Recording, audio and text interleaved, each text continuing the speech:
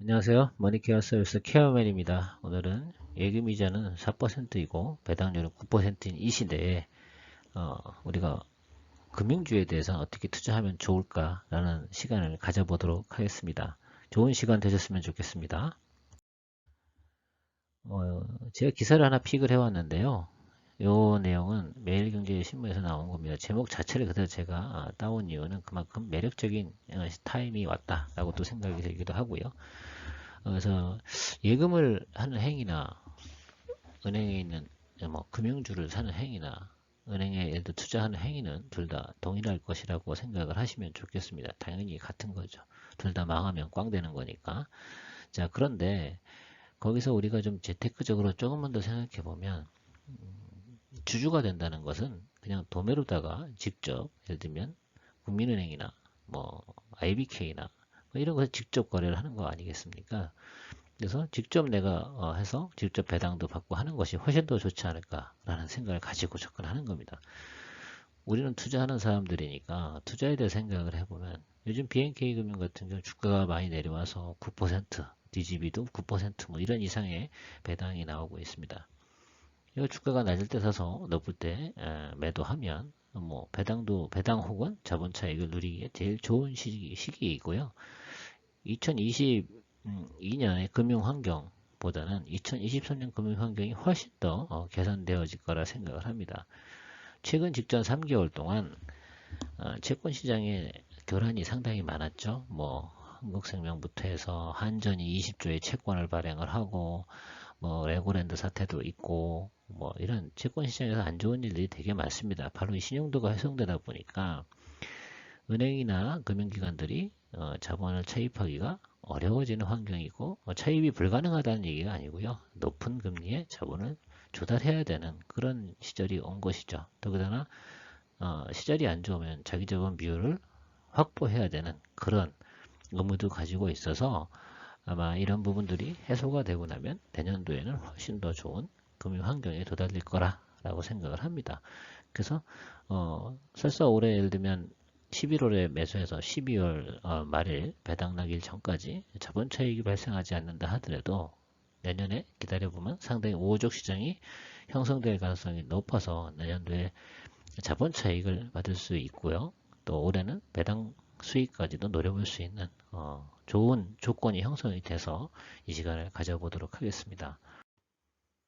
자, 뭐 선택과 결정은 여러분들이 알아서 잘 결정해 주셔야 된다고 생각을 하고요. 우리가 배당 수익하고 자본이익을 두 개를 노려보는 그런 관점에서 접근하는 거죠. 그것이 재테크니까 만약에 배당 수익률만 딱 접근한다. 그러면 아마 예금을 그냥 하는 것도 뭐 나쁜 방법은 아닌 것 같다는 생각도 하고 있습니다. 다만 기간을 한번 생각해 보자고요.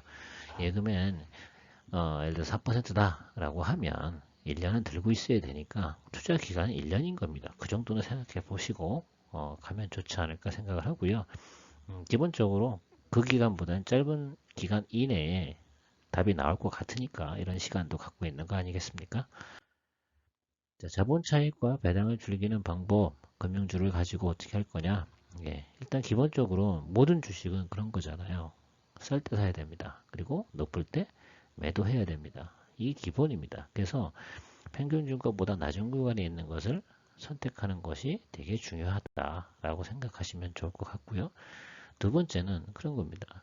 12월 말일까지 가는데 영업일 기준입니다. 12월 말일까지 가는데 배당락 전에 자본이익이 배당보다 훨씬 더 높아요. 그럼 당연히 매도해서 자본이익을 취하는 것이 당연한 겁니다. 그것이 안 됐을 때 세 번째 조건, 배당 낙점, 배당 수익보다 낮은 자본이익이 추구되거나 마이너스가 있을 때는 일단 배당을 받습니다. 배당을 받고 2023년도 새로운 해에 예를 들면 환경이 개선되고 채권 시장의 흐름, 아까 앞장에서 설명드린 것처럼 그런 시장이 개선된다고 하면 반등 구간에 항상 나오게 되어 있죠. 그럴 땐 자본 차익을 다시 한번 노려볼 수 있는 기회가 될 거고요. 채권 시장의 흐름을 한번 생각해 보면 내년도는 뭐 12월에 연준이 0.5% 금리 인상하는 거 다들 시장에 반영이 돼 있죠. 그러다 보니까 최근에는 뭐 이미 다 반영돼 있기 때문에 금융시장이 다소 안정화를 보이는 모습도 보이기 있죠. 그다음에 뭐 환율도 내려가고 있는 걸 볼 수 있습니다.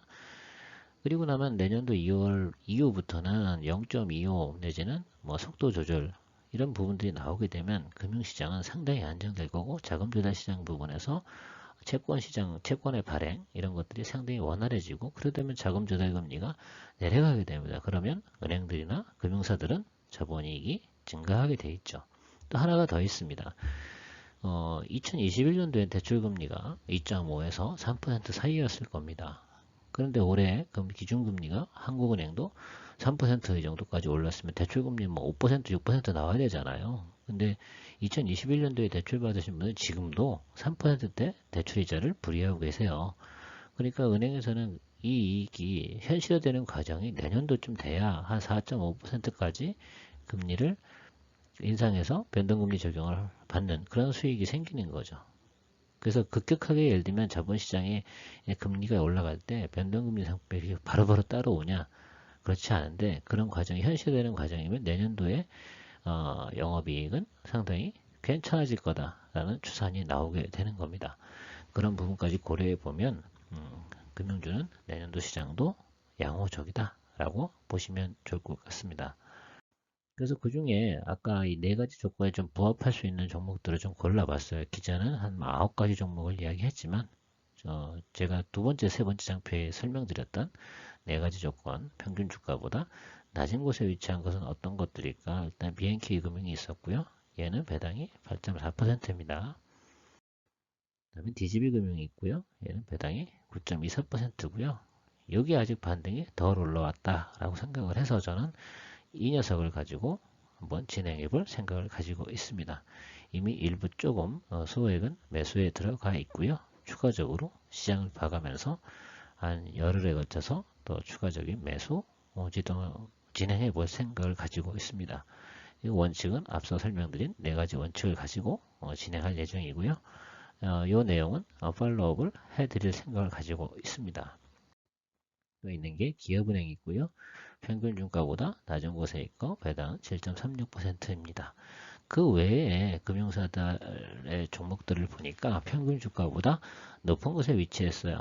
이렇게 되면 혹시도 실수하게 되면 뭐 세상 일은 아무도 모르니까 마이너스가 발생할 수가 있겠죠. 자본이익에서. 그러면 배당 뭐 6%, 7%, 8% 받아봤자 별 의미가 없으니까.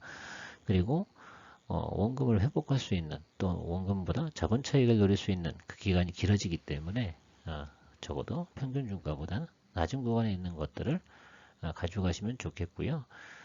통상적으로 보면 그 PER은 업종 평균하고 비슷하게 진행이 되는 점, 그 점은 참고하시면 될 것 같습니다. 결론적으로 말하면 제가 이번에 픽한 건 자본이익과 자본 배당 수익률을 두 가지를 다 즐길 수 있는 녀석은 DGB로 선택을 했고요. 이것들을 여러분과 함께 즐겨가면서 잠깐 팔로우업을 해드릴 생각을 가지고 있습니다. 여러분도 저와 같은 투자 방식을 한번 생각해 보시고요. 좋은 기회가 되셨으면 좋겠습니다. 오늘 케어맨은 여기서 물러가도록 하겠습니다. 감사합니다.